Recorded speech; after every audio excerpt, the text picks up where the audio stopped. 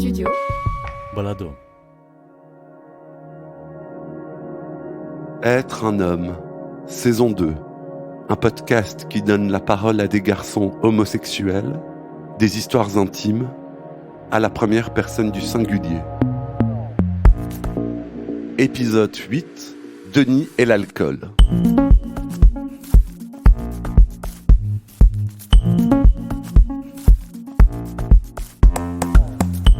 Durant son adolescence, Denis a commencé à boire plus que de raison pour affirmer sa virilité et s'intégrer en tant qu'homme dans son groupe d'amis hétéros.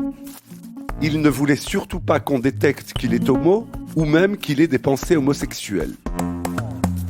Comme il était introverti, l'alcool le désinhibait, les doses ont augmenté et la folie a commencé. Alors, qu'est-ce que disent nos excès avec l'alcool ? Denis a 45 ans et il se définit comme gay. Il affiche une certaine timidité sur le visage, il mesure 1m80, il a les yeux bleus, des implants capillaires et il est barbu. Être un homme, Michel-Ange Vinti. Ça a commencé vers l'âge de 15-16 ans, j'étais très timide, puis j'ai voulu m'intégrer dans le groupe des gens les plus branchés de mon école, et puis j'ai commencé à boire plus qu'eux pour m'affirmer peut-être plus en tant qu'homme aussi. C'était un peu le challenge en Belgique, dans ma région particulièrement, de boire plus pour affirmer sa virilité. Et je voulais absolument pas qu'on détecte que je sois homo, que j'ai des pensées homosexuelles. Et donc voilà, pour m'affirmer, pour être plus que les autres, j'ai fini par gagner des concours et à boire plus que tout le monde. Et finalement, voilà, j'ai mon premier titre estudiantin de roi des bleus, comme on dit en Belgique. Donc vraiment, j'ai gagné, j'ai bu 45 bières en une soirée. Voilà. Donc ça a commencé comme ça. Juste après l'école secondaire à la fac, et puis voilà, ça a continué. Tu dis que ça a continué, tu te révèles homosexuel à quel âge ? Assez tard, je trouve, donc vers 20-21 ans. Je pense que les premières pensées sont arrivées vers très tard, vers 17 ans.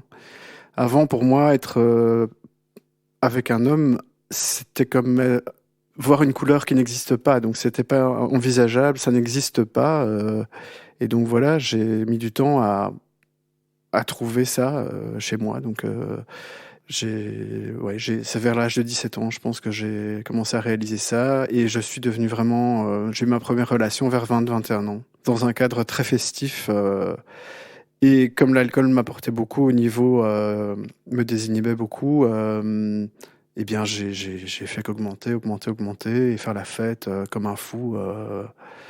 Voilà, à partir de cet âge-là.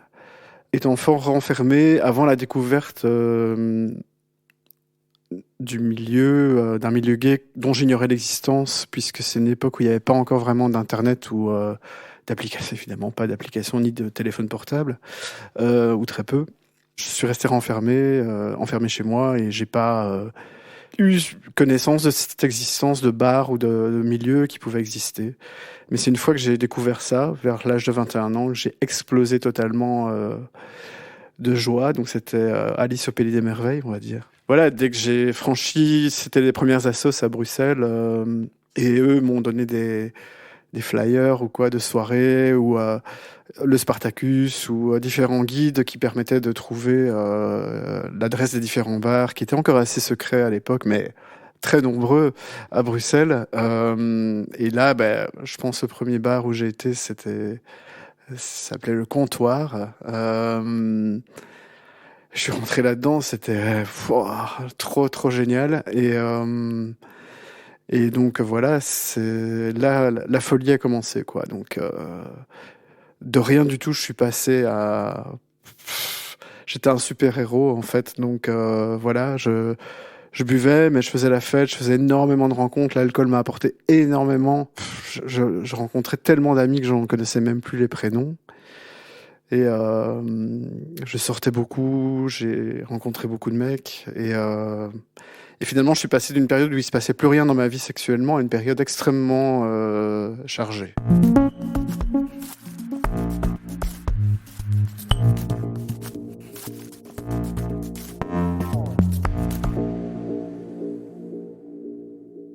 Et voilà, et donc le milieu gay aussi m'a entraîné dans pas mal de folies. Je suis devenu ami avec la plupart des DJ de toutes les boîtes. Je sortais tous les soirs. J'ai trouvé un boulot qui me permettait de travailler de 16h à minuit pendant plusieurs années. Ce qui fait que, avec certains collègues qui étaient drag, on se préparait au bureau et puis on sortait en ville faire la fête jusque pas d'heure. Et puis j'avais encore ma matinée puisqu'on était jeunes à l'époque, donc pour se retaper. Et puis voilà, l'après-midi, on bossait, quoi. Donc voilà, c'était vraiment la folie. À un moment donné, je me suis dit, mais en fait, ça fait 3 ou 4 ans que je me suis pas posé 2 jours sans faire la fête. Donc je faisais la fête tous les jours, tous les soirs. Voilà, c'était comme ça tout le temps. Dans cette période effervescente, quel est ton rapport à la drague, à l'amour, aux garçons ? Le rapport est très bon. Je suis timide, mais aussi je sais que j'ai pas mal de succès. Donc voilà, c'était à l'époque quelque chose de dingue, quoi. J'habitais avec un ami d'enfance et il me disait, mais il y a combien de manteaux par jour sur ce porte-manteau ? Ça change tout le temps. Il me dit, mais t'en ramènes combien par jour ? Et à un moment donné, je pense que j'étais à 100 par mois. Donc j'ai atteint des proportions complètement folles. Le sexe était devenu aussi dingue que l'alcool, en fait. Donc il y avait un excès chez moi dans tout. Et voilà, donc c'était fantastique. J'ai connu des super années, puisque c'est des années où on pouvait se permettre financièrement de sortir tous les soirs. C'était une époque aussi, l'époque pré-internet, où les bars étaient blindés du lundi au dimanche, du dimanche au lundi. C'était hallucinant, c'était la fête partout. La ville était moins internationale qu'aujourd'hui, mais très très festive. Donc c'était grisant comme période. Alcool et garçons, sexe et rock'n'roll. Ouais. Donc juste alcool et garçons, oui. Mais il n'y avait pas beaucoup de place pour autre chose. Vous écoutez Être un homme, saison 2, Studio Balado.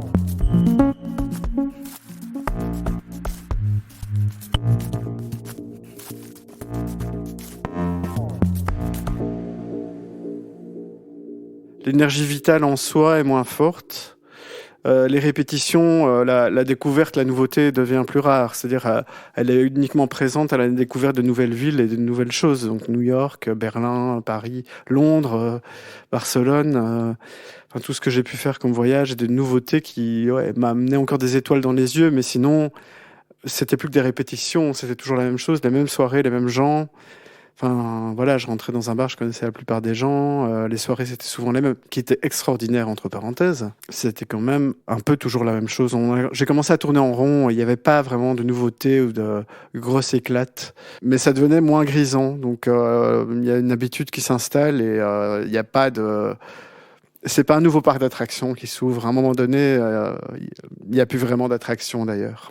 Donc la fête prend moins de place, l'alcool devient de plus en plus important, on essaie de faire des nouvelles choses, donc c'est-à-dire de plus en plus des grosses fêtes à la maison, à ramener les amis, qui ramènent eux-mêmes d'autres amis, et puis voilà, mais donc pendant une dizaine d'années, je pense jusque vers 2010, c'était comme ça, donc c'était des grosses fêtes chez moi tout le temps, donc une fois à 3-4 fois par semaine. Donc DJ à la maison, enfin voilà, c'était vraiment la grosse stuff tout le temps. Et puis ça aussi, ça commence à user parce que les voisins en ont marre. On me vole des choses, enfin voilà, il se passe plein de choses comme ça, la perte de contrôle de plus en plus, l'augmentation de l'alcool et donc la perte des moyens, des blackouts qui commencent avec l'âge et qui sont de plus en plus fréquents en fait. Donc voilà. Les lendemains, je me dis mais putain, j'ai fait venir 20 inconnus chez moi, voilà, qui auraient pu me voler, qui auraient pu faire plein de trucs. Et heureusement, il s'est jamais rien passé. Donc, comme je dis, j'ai toujours une bonne étoile, mais ça aurait pu être assez grave, en fait. Donc, voilà. Et une perte de contrôle, parce que il y a un glissement vers les drogues aussi, et les autres produits récréatifs. Quel est le moment où ça devient problématique? Est-ce que ça a un impact sur ta santé physique et mentale? Mais il y a un moment donné, et je pense que c'est vers 2005, j'ai des amis de Paris qui viennent en groupe, puisqu'on est un groupe de Bruxelles qui connaît un groupe de Paris dans le milieu festif parisien, et qui nous disent, mais les Belges, vous avez un problème avec l'alcool. Je dis, mais enfin, vous êtes des petits joueurs. Nous, on est tout à fait normaux. Et puis, j'ai des petites remarques qui commencent de ma femme de ménage aussi, qui me dit, mais vous donnez plus à boire à vos poubelles qu'à vos plantes. Donc, j'avais des poubelles remplies de canettes de bière, et les plantes étaient en train de crever. L'appart ressemblait plus à rien. Enfin bon. Et donc, il y a cette... voilà, un glissement vers finalement des trucs beaucoup plus pathétiques, des fins de soirée pathétiques. Je sens que j'attire plus autant les gens non plus, que y a du rejet parce que parfois je suis méchant, parfois je peux être dépasser les bornes avec les gens, aller trop loin dans les discussions, être chiant en fait. Ouais.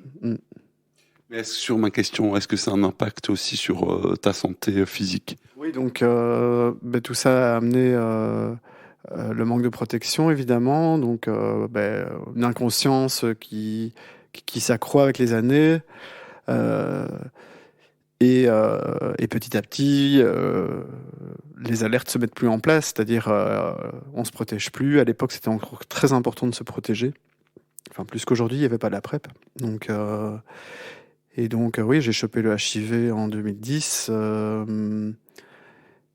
Je pense par accident, oui. Donc voilà, j'étais trop éméché, j'ai dû faire une connerie.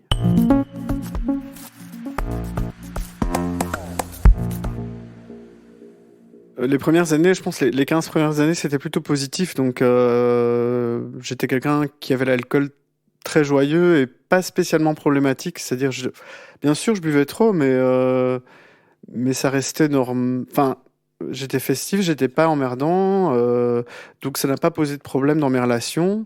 C'est par la suite, je dirais, il y a une bonne dizaine d'années que ça a commencé à foirer, et peut-être même avant, où j'étais ingérable, rien que par le fait que je sortais encore tous les soirs. Donc voilà, j'avais besoin de voir du monde. C'était vraiment une soif sociale. Je pense que c'était vouloir récupérer le passé que j'avais pas eu en tant qu'adolescent, introverti. Je voulais l'inverse, c'est-à-dire vraiment être extraverti, mais avec un produit qui était l'alcool. D'autres produits par la suite, mais disons que le produit de base, c'était l'alcool. Ouais. Mais les drogues, bizarrement, j'ai jamais été accro. Donc autant j'ai pu en prendre énormément,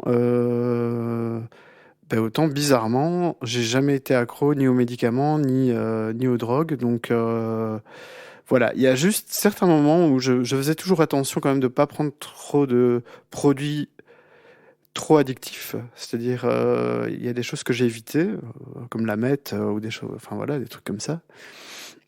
Mais dans les produits style enfin voilà, la coke ou autre, j'ai jamais, malgré la quantité, j'ai jamais été vraiment accro ou addict. Et il y a juste un moment où je me suis dit, je me rappelle, je buvais beaucoup et je fumais encore cigarette. Et je me dis, mais il manque quelque chose, je me sens pas bien, il me faut plus que ça. Et là, je me suis dit, il va falloir se calmer sur la C, sur les autres produits, parce que je sentais bien que mon corps réclamait autre chose. Et je me suis calmé, et puis voilà, et ça va par rapport à ça. Donc finalement, c'est des produits très, très banals, la cigarette et l'alcool. Mais c'est ceux qui m'ont coûté le plus cher, je pense, donc à tout point de vue. Donc voilà. Ouais. Et aujourd'hui? Mais donc là, j'ai arrêté de fumer il y a 2 ans et demi. La boisson, j'ai également arrêté. Enfin, j'essaie, c'est très difficile. C'est beaucoup plus ancré dans la vie des Belges de boire. On a beaucoup de réflexions, surtout dans les milieux hors LGBT. Dès qu'on boit pas, on n'est pas un homme, etc. Donc il y a un rapport à la virilité et à la boisson qui est important. Donc voilà. Alors il est problématique et je suis abstinent depuis un moment. J'essaie d'être abstinent régulièrement et dès que je rechute, j'essaie de me reprendre en main quand même. Donc voilà. Sachant qu'aujourd'hui, c'est plus du tout vivable. Donc c'est complètement toxique dans ma vie. Ça m'a détruit socialement en grande partie. Ouais. J'ai une volonté de faire, de m'en sortir, de vivre, de bien vieillir. Je pense que beaucoup de gays, beaucoup de personnes LGBT ont aussi cette envie de bien vieillir, de faire du sport, d'être en bonne santé. Et voilà, et à partir d'un certain âge, on regarde le passé, on se dit, tiens, quel est rétrospectivement l'effet de l'alcool sur ma vie? Est-ce qu'il est bon ou mauvais? Force est de constater que les 10 dernières années, il est très très mauvais. Et donc voilà, j'ai décidé d'arrêter. Cet épisode parle de consommation d'alcool. Nous n'avons pas à être seuls face à notre consommation de drogue ou d'alcool. Il existe des structures qui peuvent accompagner, conseiller et aider de manière professionnelle. Execo en Belgique, AIDS en France. Ce sont des structures communautaires où les personnes qui reçoivent sont des personnes concernées qui souvent partagent ton vécu. Vous pouvez consulter le site francophone de référence chemsex.be.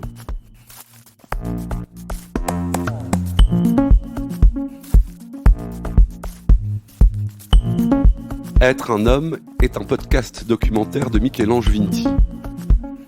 Tous les épisodes ont été enregistrés dans mon salon à Bruxelles durant l'automne 2022. Être un homme est une production du studio Balado.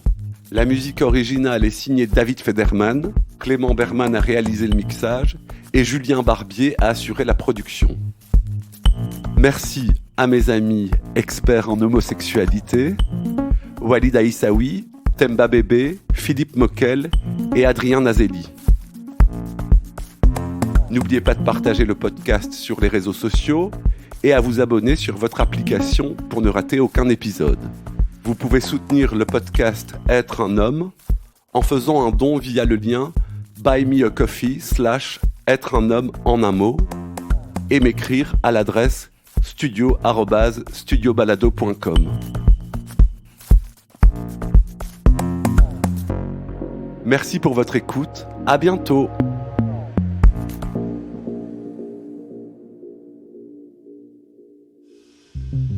Bonjour, je suis Géraldine Jonkers et je vous présente mon podcast Viril pour le studio Balado. Viril, avec un point médian, c'est le podcast qui interroge d'autres formes de virilité.